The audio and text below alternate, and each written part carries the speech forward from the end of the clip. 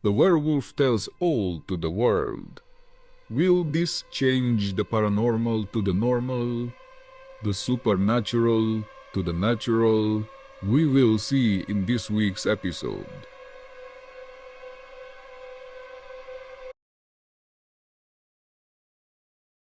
Hello, this is the awkward bit at the start of the show where I try and get through as much information as I possibly can because there's loads of information in the show notes, the description thing at the bottom, and you can go and click on those and you can do loads of things. This week, we'd like to have a big thank you out to Jim Merck. We were on his podcast, The Old Man's Podcast, earlier in the week. You can go through and listen to that. I'll leave a link on the description-y thing.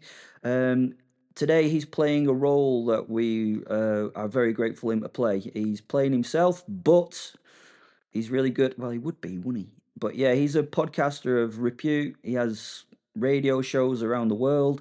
Go and listen to his podcast. I really love it. And somehow he manages to nearly do it every day, which is just crazy for me.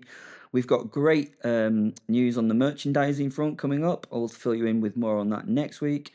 Other than that, enjoy the show. And as always, we love you. Lucy, this little wooden cup was a strange thing to hold in my hand. It was strangely out of place in this mental version of hell. This was all strange. I sat at my Edwardian bees-wax-polished desk that hadn't existed a few moments ago, and toyed with the cup of Christ. My little cat jumped on the desk and looked at me with inquiring eyes. "That does not feel right," she told me, using her tail to point at the vessel in my hand. "What is it?" she continued. I smiled as I stared at it. I paused a little too long. "It's a problem," I told her and sighed. She shivered. "I thought so from the vibe it gives. Is it a problem for us?" she asked. I laughed. "Yes and no. This is the Holy Grail. This item could turn me from one of Dad's fallen to an actual god. Enough people believe in me. The faith is there. I just need to drink from it," I told her. "What's the problem then?" she asked as I placed it on the table. "It's a problem because I feel like maybe I might, in a moment of weakness, use it myself." This one goes out to Will and the Professor. Hell's the place where you belong. Well, so that was what everyone was worried about, was it? I said to the professor as he sat at the bar in the Phaeton Arms. The professor had his head in his hands and slowly and wearily lifted it from them. He looked tired and drawn, but would that stop me from being irritating? Nah, why would it? That! I pointed again at the purple-haired little fairy lady in the glass box. Yes, Will, said the professor, in a somewhat exacerbated tone. He knew what I was trying to achieve, and he couldn't be bothered by it, although I had kindled a small spark of anger in him. Do you know how bloody close we were to that? How close that psychotic creature came to being a new god? He asked. His weariness had gone suddenly, and he knew I was getting him to rise to this so that he wouldn't be so fucking miserable.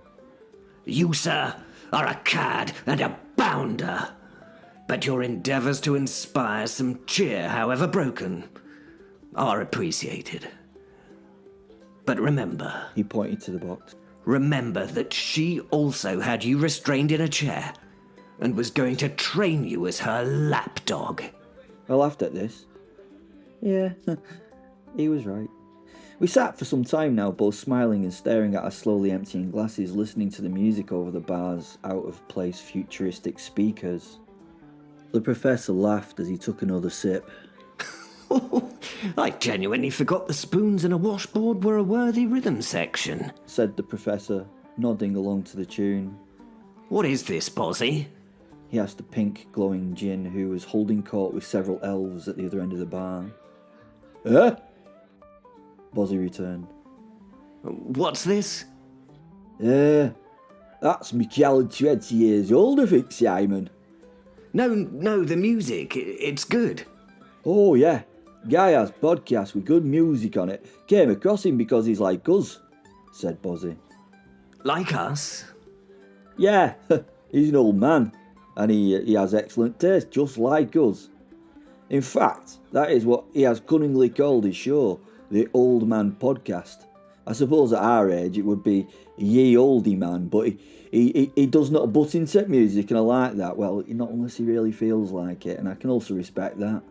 Simon raised the glass in thanks to the genie before turning back to me to continue with our conversation.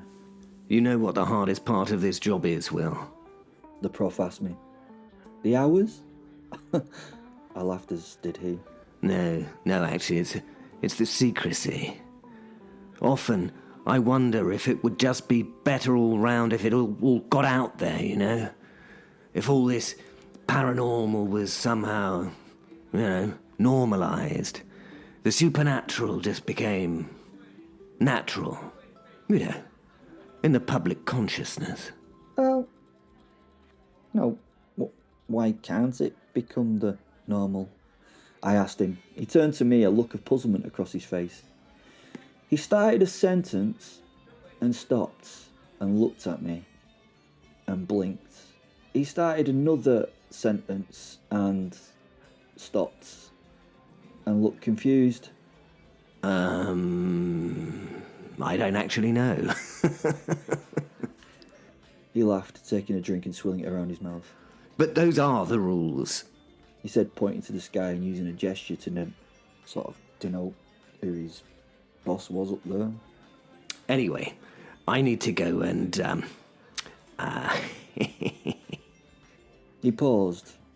I get fed up with his politeness at times. Take a piss? I said. Again, he laughed. He got down from the stool, patted me on the shoulder and wobbled his way to the toilets. As he left, I considered what he'd said. Would it not be great? Would it not be a great world if all this was part of it? The other beings, the magic, the Fey world. Could I just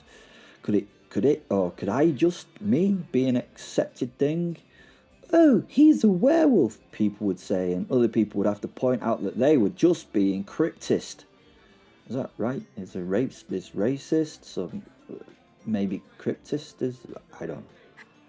Fen was lying on a bench some distance away. He was snoozing as only a wolf can. He snoozed in it's a terrifying manner, and all the other denizens of the pub were distancing themselves from that seat. Even if they couldn't see him, they actually felt him. No, he flashed into my mind. No what? I asked him. Don't do it, Fen told me. But, no, hear me out, but the professor would never tell the world and I would be doing him a favour. You heard him. I would be like, that him, Pink Road bloke. I mean, what is he? I would be granting a wish like him because he's a genie. And it's not like God wants anything to do with me, is it? I tried to explain. Don't do it, Will, the giant soul said. Okay, I said to him. It's not possible anyway. No one would believe me if I told him and took another sip of the good stuff. The music broke and a voice came over the program. All right, we'll get back to the music in just a minute. Well, what do you know? Have you seen this news from around the world? Lost kids from over the last 3 years have been turning up at home. That's right. Somehow they're not aged and they can't remember where they've been. It's not just 1 or 2 either. We're talking hundreds of kids. I wish the government would explain that. There must be someone out there that can explain this. Now that would be the whistleblower I would want to talk to. He continued. In fact, my number is in the show notes. Look at that number. Give me a call if you have any ideas about how this is happening. I want to hear from you. I want to hear your thoughts and your opinions. Give me a call. Call now. I smiled and picked up my phone and opened Google. Other search engines are available. Don't fucking do it, Will, said the wolf soul. I ignored him. Sometimes an evil, sadistic bastard has to be an anti-hero in order to help a friend. The show went back to music and I phoned the number. Studio One, this is Jim. Are you calling about the news? The voice on the other end asked. I sure am, I told him. Hold up. Wait until the end of this song and we'll hear your theory. I only ask that you keep the language on the nice side of clean, if that's okay with you, because we are a family-friendly show. No problem, I told him. I waited on the line for the tune to finish and heard Jim tell his audience that he had someone on the line that could help us understand what had just happened in the world. I waited patiently, hoping that the professor was doing a long drop at the toilet. He'd taken his phone, so I guessed he would be taking his time. Okay, line one. I didn't get your name. The host said. Will, I told him. So, Will, what can you tell us about this? The kids were being held by a group of fairies called the Fairy Foundation. I paused and there was a silence at the other end of the line, so I continued as quick as I could. The Fairy Foundation controlled the trafficking of fairy dust, which is like a proper strong drug in the Fey world, I continued. I heard the man on the other side of the world take a breath to respond, but then think better of it. He would just let this crazy person continue. This was great content. As you probably know from the old folklore, fairies need to be believed in to exist, so their numbers have fallen over the recent decades due to, well, a lack of belief. So one of their number decided to take it into their own hands to help the fairy nation. There was silence. I don't think he knew what to do. So they stole kids and forced them to believe in them. I won't go into details because it's unpleasant and not family friendly, but let's just say that it's not done in the nicest of ways with, like, can you imagine, parties and lashings with jelly and ice cream, but by general lashings. I paused. Okay. Was the only word the man was capable of. Who could blame him? He was talking to an obvious maniac.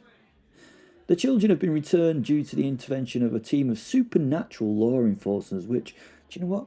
I am sort of a part of. Did you say supernatural law enforcers? The man said. I could hear the cynicism in his voice. Yeah. Obviously, it's led by a 12th century immortal knight who is working for God. Silence again at the other end of the line. I think he was quite stunned, was this bloke, so knowing that, dead space in a show is bad, I continued. Oh, and by the way, I'm a werewolf, and the other parts of his rescue team were a werecat, and as I said, the immortal expert, him, well, when I say this team, I have to say that the members of this team, it varies, depending on the job, and there's loads of jobs, you won't believe it. Well, you probably don't believe it, but it's true. The team and its players change, and they're all very, proper secretive about it, I told him in plain speech. The host was able to speak finally. Well, they would be, He said dismissively. Fairies? He continued. We're talking fairies? He repeated. Yeah, fairies, I qualified. Buddy, I don't know what you've been taking, but thank you for one hell of a story. You should write that in a book or something. I butted into his sentence. I can prove it, I told him. There was some dead quiet time now. No, you can't, He told me in no uncertain terms. I blinking well can, I reassured him. Okay, how? He asked. Well, I'm sitting at a bar in the fairy world. The interviewer now butted in. Well, I have no doubt you're at a bar, buddy. And I'm thinking that you've had too many little cheeky sips right now. No, I get it. But no, look, I don't have much time. So let's turn this WhatsApp conversation into a video and I can prove it, I told him. Well, that's a pretty bold statement. So I tell you what, let's do it. The man said. I changed the call to video and smiled at him. He was indeed an older gentleman with grey flowing beard and a hint of humour in his eyes. Okay, let's get this going. Hey, hello. Will, was it? He said. Yeah, I replied. So, for the audience listening, I now have Will, the werewolf, on my screen. He does not look a bit werewolfy at all, which is a shame. He announced. No, wait a minute, I told him, a little harassed. I picked up the foxglove tank and showed it to the phone's camera. See this? See this? This is a fairy, I told the man, taking the camera back to me. Okay, listeners, listen up. Will has showed me a glass box with what looks like a fairy doll lying at the bottom. He told his audience before addressing me once more.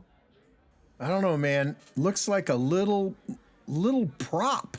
That's what it looks like. It looks like a doll in a glass display case. Come on, Will. I shook the box, which brought Foxglove into action. She was now super pissed off and was firing magical bolts and fluttering her wings while shouting and screaming obscenities, which, luckily for the family-friendly show, we could not hear because of the nature of the box.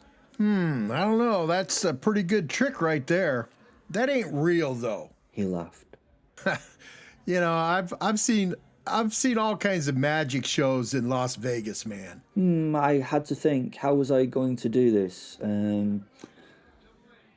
Oh, I know. Okay, well, you got to believe this. I swung the phone so the camera would take a sweep of the room where I was sitting. There were 2 orcs in the corner, a party of gnomes gambling at cards, and a bogeyman and a mix of other creatures arranged around the room. I finished my sweep at the bright pink robe of the djinn as he spoke to the elves at the end of the bar. See that pink guy? Him? That pink guy there, he's the owner. He's a retired genie. He's about 8,000 years old. Those things with him are elves, I told the man on the line. Okay, listeners. Will is showing me around the bar. He's panning the bar with his camera so I can see. And I got to tell you, that has some incredible things in it. They're like, you know, creatures from fairy tale. Again, he described what he'd seen to the listeners. I got to tell you, Will, I've been to some cosplay events, and you've got one of the best ones I've seen going on there right now, man. He said, laughing. Are you doing that LARPing thing? You know, dressing up as elves and hitting each other with foam swords? It was partially a rhetorical question. No, this is all real, I told him as I was talking to someone daft. I was getting proper exasperated now. How could I prove it? I tell you what, Will, you're a werewolf, yeah? He said. Yeah? I said, a little angrier than I should have been, really, but turning the camera back to me, I smiled. Well, it just so happens that I am a great fan of werewolves. I tell you what, you show me your transformation right here, right now, on camera, and I won't have a choice but to believe you, would I? He said laughingly. He must have thought that he caught me out because my doing that said transformation would of course be impossible. Even with modern CGI and things, I would have had to take some time to set it up, before, and loads of time to organise it. So there's no chance I was going to do that, was there?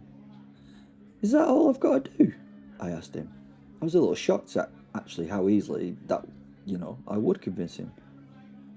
I hope you bloody know what you're doing, said Fen, my wolf soul. Not at all, I sent back.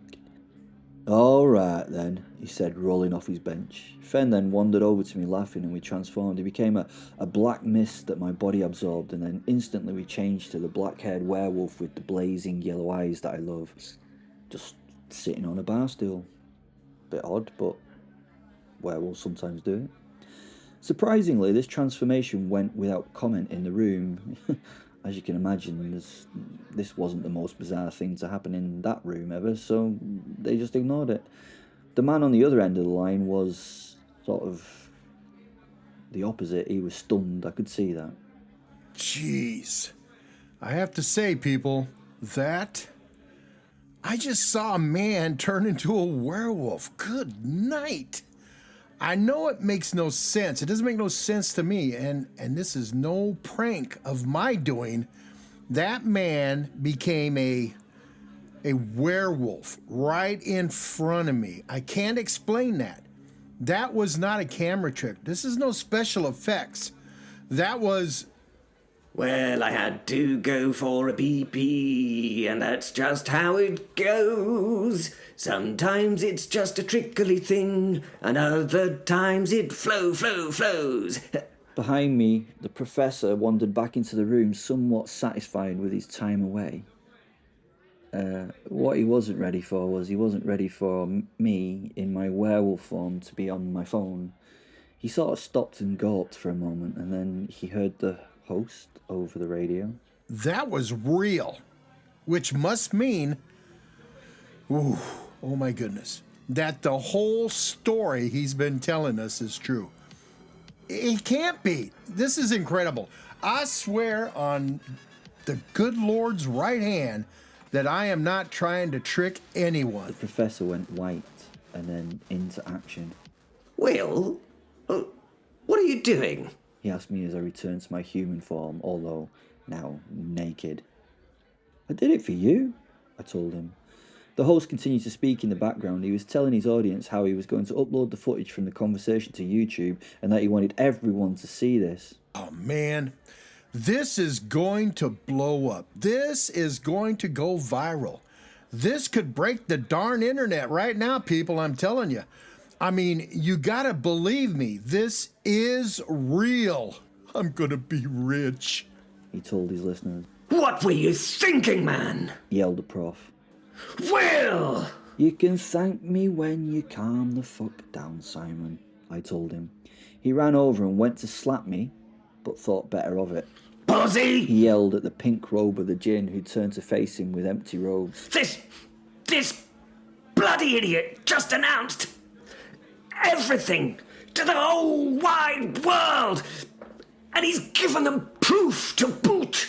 That's not a thank you, I wickedly told the man. What do you need? Asked the djinn.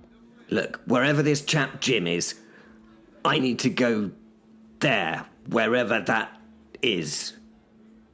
You get me?